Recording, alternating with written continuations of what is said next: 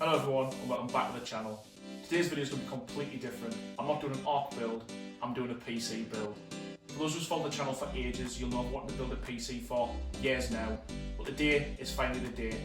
All I've got to do is put all of this into that. How hard can it be? Are you sure you know what you're doing? Nah.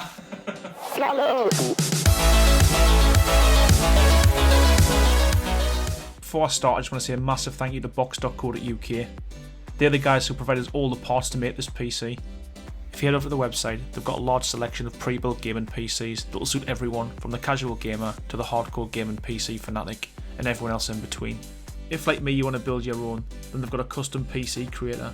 This allows you to select everything from your case, CPU, motherboard, graphics card. You can even choose the colour of the cables within the build. And the best part, it's super easy to use. Once again, I want to thank box.co.uk for supplying me with everything I needed for this build.